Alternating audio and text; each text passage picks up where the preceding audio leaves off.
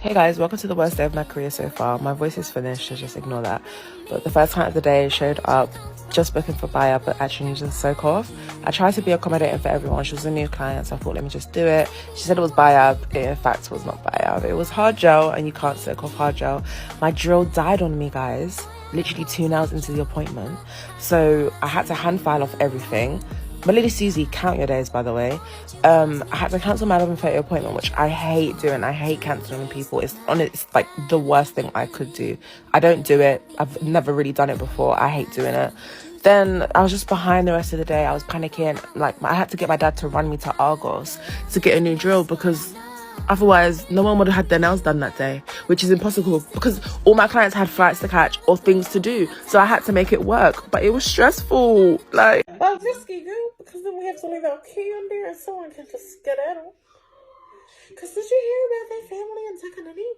So they came back from doing their grocery shopping and then they parked in their garage. So they left their garage door open.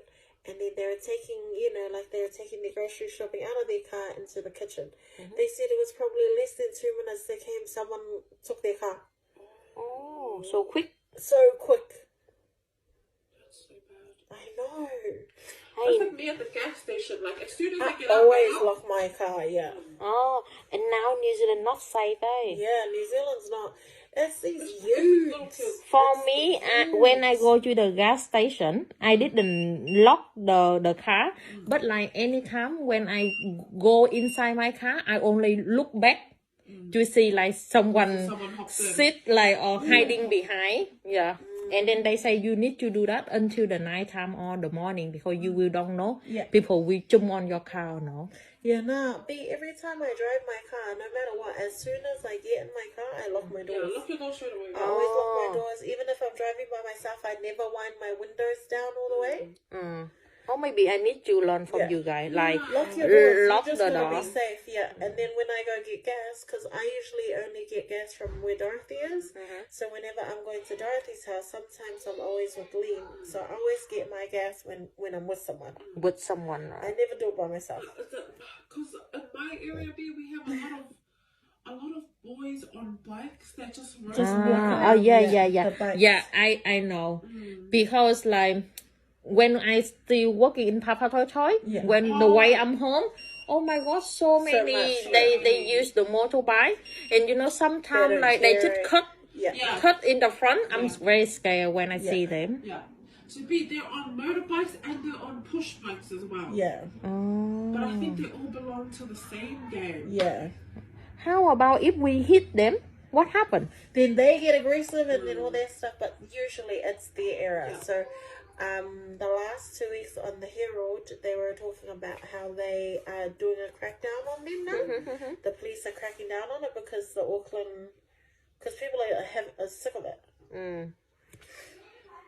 Yeah. Luckily, like the window washing has stopped and all that stuff, but still. Yeah, but every time you get in your car, make it a habit to lock your doors. You just never know. It's fast. People come in. Even when you're at a traffic light, they can just open your door. Oh, really? Yeah, you just never know. Sometimes when you're waiting at the traffic light and it's red, Yeah, just make sure your doors are locked. Oh, okay. Always make sure, even when I'm the person never lock the door. Lock your door, man. Especially now these days. You just can't trust people. Yeah. So and then like you will don't know what happened, right? Because I think Marlene was saying it was Tiana's cousin, eh? Storytime about why my aunt put me back into foster care. Yes, she put me back into foster care. So a little background information, I was 15 years old and a sophomore in high school. But whenever I was 12 years old, I was in a very abusive household. And I had 2 younger sisters. One was 11 and the other one was 9. Fast forward, all of us were put into foster care. I got placed into many shelters / group homes because of my behavioral issues. While I was going through all of this, my sisters were both in study homes, so that kind of sucked. I mean, I was happy for them, but at the same time, I was going through hell. But eventually, my grandma and my dad passed away, so my aunt decided that she wanted my sisters and I. So she got her foster license, and the days leading up to whenever we were supposed to move in with her were absolute garbage. There was this one girl who was 19 years old. Her and I did not get along, and I was supposed to leave that Wednesday, but I didn't want to wait, so I decided that I was going to get myself kicked out in hopes that I would be able to move in with my aunt sooner. Like for part 2. Part 2 about why my aunt put me back into foster care. So like I said, I found a way that I was going to get kicked out, and it was by fighting this girl. And yes, I won. But fast forward, eventually my sisters and I move in with my aunt. And if you guys ever heard the phrase honeymoon, you probably think of a relationship, right? Wrong. I was actually shocked about how fast everything went downhill whenever we got there. Like, eventually my cousins just started being mean to me for no reason, while they favored my sisters. And when I say cousins, you guys are probably thinking they're around my age. No, they were actually in their 20s. Hell, one was even close to 30. Like, these were grown-ass adults beating on a 15-year-old. So eventually my cousins, my aunt, and I are fighting almost every single day. And the one day my sister and I got into an argument that eventually turned into us fighting. And my cousins love to jump in every fight that my sister and I have. Well, they jumped in this fight, and instead of helping break it up, they actually made it worse. The one was holding my leg down, and eventually I got it up and I kicked her in the face. And my aunt thought that it was my fault, so she sent me to foster care. Storytime about my weird cellmate. So a little background information, I was 17 years old and a junior in high school. Yes, I was 17 and I was being charged as an adult, so I was in with a bunch of women. Well, one night after dinner, my cellmates and I are watching true crime shows, because that's what you do when you're in jail, watch true crime and CSI and all that shit. Anyway, so we're watching our shows and we see a new girl come in. She's got her blanket packed and we're all being warm and welcoming, and immediately all of us could sense that something was off with this chick. Immediately, she starts going off about how she has a problem with the TV show we're watching. She did not like the fact that we were watching crime shows. She was like, oh my gosh, you guys really need to turn this off like right now. Low-key thought I was gonna see her on there or some shit. But yeah, she was just being super paranoid, and we're sitting there like, girl, we have 10 channels. 7 of them are going to be true crime, and 2 of them are the news. Oh, and the other channel was black and white movies, and nobody wanted to watch that shit. So then I asked her if she unalived someone, like for part 2. Part 2 about my weird cellmate. So like I said, I asked her if she unalived someone before, because only somebody who unalived somebody would be triggered over us watching true crime, but she completely ignores me. So the first night, something happened with this girl. It was low-key, very, very weird. Me and my other cellmates were like, this girl's weird as hell, why is she here? And then the next day was the icing on the cake. So it was cleaning day, and we're all cleaning our stuff. And this girl just starts cleaning the weirdest things, like the inside of trash cans and shit that didn't need to be cleaned. And then it started getting creepy. Not weird, creepy. She put a paper towel over the drains because the voices were too loud. And then she would walk around the pod talking about death and carnage. And if you don't know what carnage means, it pretty much just means unaliving a lot of people. So this was super bad vibes, obviously. Now when you're in jail, of course people are going to ask what you're doing time for. And if you don't say, you're going to come off as sketchy. So we're asking this girl, hey, what are you in for? And she would not give us a straight answer. Well, while she was at a visit, we went through her things, like Part 3 about my weird cellmate. So like I said, we asked her what she was in for and she didn't answer, so we found that weird as heck. So then she went for a visit and we searched through her stuff and found her paperwork. We found out that she was in because she attempted to unalive her husband, in which he got a restraining order. So at this point, we're like, this is weird as hell and she needs to go. Like, she gotta go. So now the entire pod comes together and every single one of us wrote a letter pleading the staff to get this crazy you-know-what out of our pod. We all folded them up into little paper kites and we sent them to the guards. We were ringing the doorbell like crazy and we told them what happened, and no questions asked, she was gone. Story time about my toxic ex-best friend. So a little background information. I had a very close guy friend who we're gonna call Max. Now, Max was 2 years older than me, but due to our families being super close, him and I became best friends. Growing up, I saw him as kind of an older brother. And then eventually, as we grew up, I saw him as my best friend. Until I realized that he was actually a terrible person. And I missed all of the signs that he was not a real friend.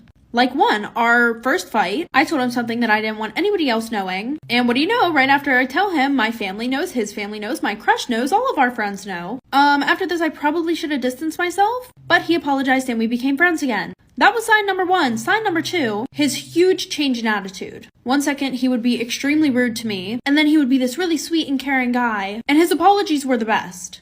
so it was really hard not to forgive him. He was like a master manipulator. Number 3, we only talked whenever it was convenient for him. Like seriously, we would never talk unless he needed something, like for part 2. Part 2 about my toxic ex-best friend. I think we left off on sign number 3, which was the only time that we would talk was when it was convenient for him. He would never reach out, which left me being the one who was constantly trying to preserve our friendship or whatever was left of it. Like all of our messages were literally me, and it made me seem really needy and like I was putting in way too much effort because he would literally answer with the most simple messages. Like, yeah, okay. Sure. And he would only talk to me whenever he wasn't with his friends. Sign number 4. It felt like he was embarrassed of me. Now, I know that I was 2 years younger than him, but we were still friends, and I really don't think that's that much of a difference. Like, he would never want to be seen with me. The last sign, he would literally always talk about me behind my back. And I thought this was just rumors at first, until finally several people told me that it was not a rumor. He would say things like, oh, she's ugly, she's so immature, she's annoying and childish, she's so annoying. And then I finally decided to cut him off. Because if the bad outweighed the good, was it really worth keeping that person in my life?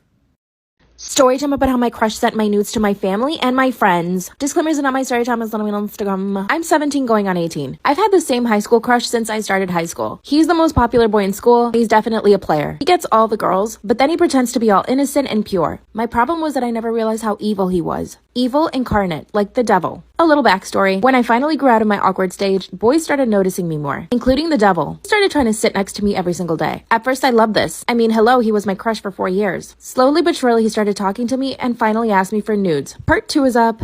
Story time about how my crush sent my nudes to my family and my friends. Disclaimers, not my story time, I sent me on Instagram. After giving me the tiniest bit of attention, he asked me for nudes. And what did I do? You better believe I sent them to him like the dumbass I am. I literally got up to go to the bathroom in school and took some nudes. And I sent them to him. Then he led me on for about 2 weeks. He made me believe that he liked me and we started texting every day. He even snuck into my room one night and made out with me for like 2 hours. I thought he was like in love with me or something. Then one day I woke up to a horrible message. My friend telling me that my nudes had been leaked. Part 3 is up.